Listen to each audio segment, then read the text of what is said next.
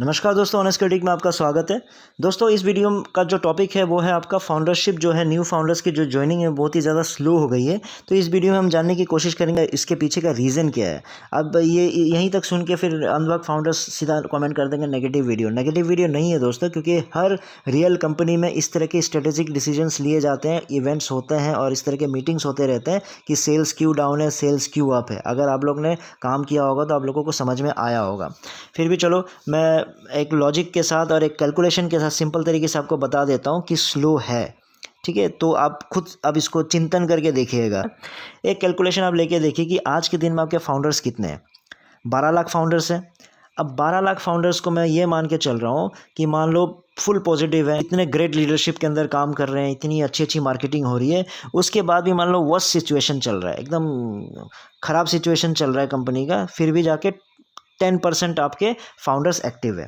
ख़राब सिचुएशन तो यही होगा कि 12 लाख जो पैसे दे के आ रहे हैं उसमें से भी सिर्फ 10% काम कर रहे हैं, मतलब ये ख़राब सिचुएशन ही है। इतना नहीं होगा ऑब्वियसली, 50% से ज़्यादा लोग एक्टिव होंगे, फिर भी मैं वर्स्ट सिचुएशन ले रहा हूँ। कितना? 10% का कितना हुआ? 1,20,000 फाउंडर्स सिर्फ एक्टिव है जो काम करना चाह रहे हैं या फिर काम कर रहे हैं। अब उन 1,20,000 फाउंडर्स को अगर एक हफ्ते का भी टाइम दिया जाए, 7 दिन में भी जाके एक एक फाउंडर भी लेके आए, तो 1.2 लाख नए फाउंडर्स आपके आ जाएंगे। अब 1.2 लाख जो न्यू फाउंडर्स आएंगे, अब मैं ये मान के चल रहा हूँ कि जो पुराने जो मैंने 1.2 लाख लिए थे ना, उनको बैठा दिया मैंने। ठीक है, वो लोग रेस्ट कर रहे हैं, क्योंकि बार बार कहाँ से लाते रहेंगे लोग ना। तो अब जो नए आ रहे हैं वो विजन देख के ही तो आ रहे हैं ना, ऑन पैसिव के। तो जो वो नए जो आए हैं उनको फिर एक वीक का टाइम दे दो। अब अगर उनको भी अगर एक वीक का टाइम देते हो, फिर भी एक एक लेके आते हैं, तब भी जाके आपके फिर से एक नया वीक 2 में आपका 1.2 लाख फिर से नए कस्टमर आ जाते हैं। फिर तीसरे वीक में जो पुराने 1.2 लाख फाउंडर्स हैं उनको बैठा दो, फिर नए वालों से आप काम करो। इतना स्लो काम करने के बाद भी आपके 8 वीक्स में आपके डबल हो जाने चाहिए, यानी 20 लाख आपके फाउंडर्स हो जाने चाहिए थे, लेकिन ऐसा नहीं हो रहा है। क्योंकि आप सोच के देखो कि आपने कितने वीक से आप सिर्फ 12 लाख ही बोलते आ रहे हो, राइट।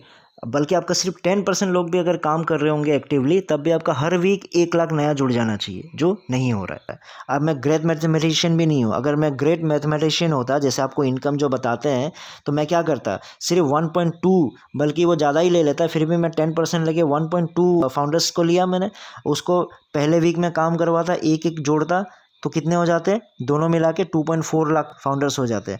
अब फिर मैं अगली बार क्या करता, 2.4 को फिर इंटू कर देता 1 से, यानी 4.8 हो जाते हैं। उस हिसाब से मैं चाहता तो मैं सिर्फ 4 दिन में फाउंडर्स डबल कर सकता था, जैसे आप लोगों की इनकम को किया जाता है।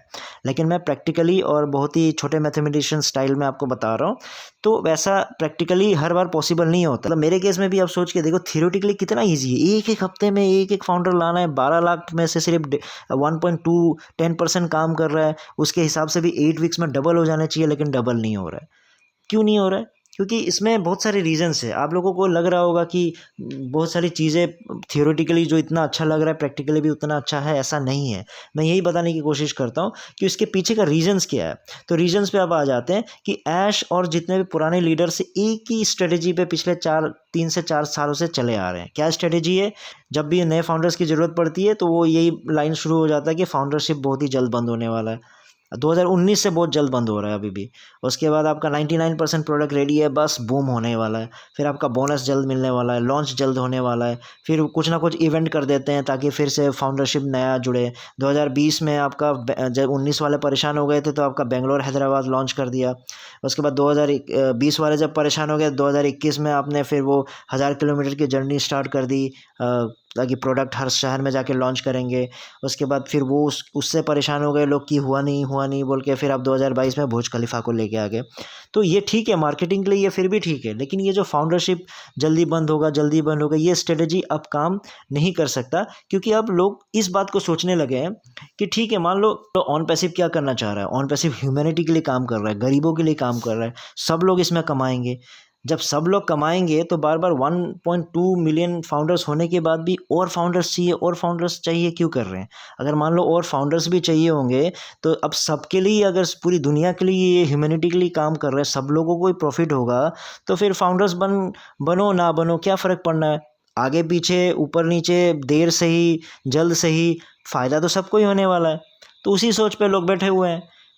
फिर अगर मान लो ये सोच नहीं है तो ऑब्वियसली ऑन पैसिव खुद कॉन्ट्राडिक्ट कर रहा है ना अपने बातों को कि 1.2 मिलियन फाउंडर्स है, उसके बाद भी फोकस फिर फाउंडरशिप पे ही है। क्यों भाई?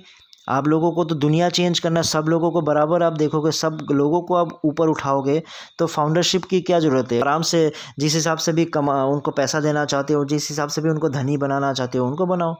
तो ये लोग सोचने लगे हैं। तो अब तो कर क्या सकते हैं, मतलब ये फाउंडरशिप कैसे तेज आ सकता है? इसको भी तेजी से अभी भी लाया जा सकता है। तेजी 1.2 मिलियन आपके फाउंडर्स है, आप सोच के देखो, अभी भी बहुत तेजी से आगे बढ़ सकता है।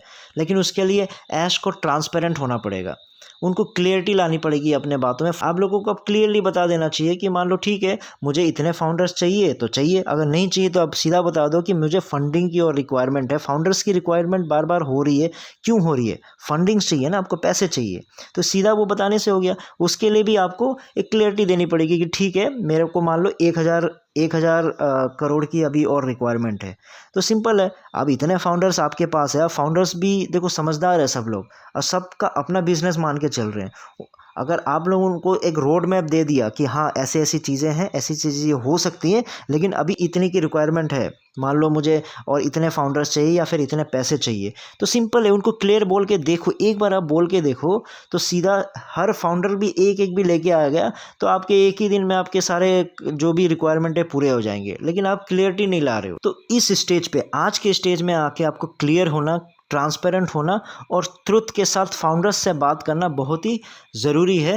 तभी जाके चीज़ें बहुत स्पीड में काम होगी, नहीं तो फिर आप इसी तरह से फिर आप हर महीने इसी तरह से निकालते रहोगे, कुछ ना कुछ इवेंट आपको निकालना पड़ेगा, फिर फाउंडर्स जल्दी बंद होने वाला है वो बताना पड़ेगा, तो उसका फ़ायदा नहीं है। क्योंकि फाउंडर्स जितने जुड़ चुके हैं ना, मैं सच बताऊँ, चाहे नेगेटिव हो चाहे पॉजिटिव हो, वो अगर आप क्लियरली एक रोड मैप के साथ उनको बता दो ना कि मेरे को ये रिक्वायरमेंट है, काइंडली करके दो, फिर एक साथ मिल के आगे बढ़ते हैं। अब देखो चुटकियों में काम हो जाएगा, क्योंकि ये सारी उम्मीदों के साथ है। आपको पैसे की रिक्वायरमेंट है, सबको एक एक 9-9 हज़ार वाले बंदे ढूंढ के लाने हैं बस, लेकिन आप उनको क्लियरिटी तो दो कि क्या होने वाला है, क्या हो रहा है, प्रोडक्ट का कहाँ हाल है, क्या हाल है, तो वो सब सही बता दो, तो डेफिनेटली सारी चीज़ें चेंज हो जाएगी। फाउंडरशिप 1 महीने के अंदर डबल से ट्रिपल हो जाएंगे। तो कंक्लूजन यही है कि फाउंडरशिप क्लोजिंग वाला जो फंडा है वो आप ज़्यादा दिन काम नहीं करेगा। तो आप लोगों को दो ही तरीके हैं, या फिर आप क्लियरिटी के साथ दिखा दो, सच्चाई बता दो, ट्रांसपेरेंट हो जाओ, या फिर वो प्रोडक्ट, एक दो प्रोडक्ट तो दिखा दो जिनसे पब्लिक कम से कम आपको अट्रैक्ट हो जाए कि हाँ नहीं ये बढ़िया प्रोडक्ट है। तो यही दो तरीके हैं। तो मेरा तो यही ख्याल था, बाकी आप लोगों को क्या लगता है वो कमेंट करके मुझे बताइएगा। तो इस वीडियो में इतना ही है, नए वीडियो में नए टॉपिक के साथ आऊँगा, तब तक के लिए टेक केयर, बाय बाय।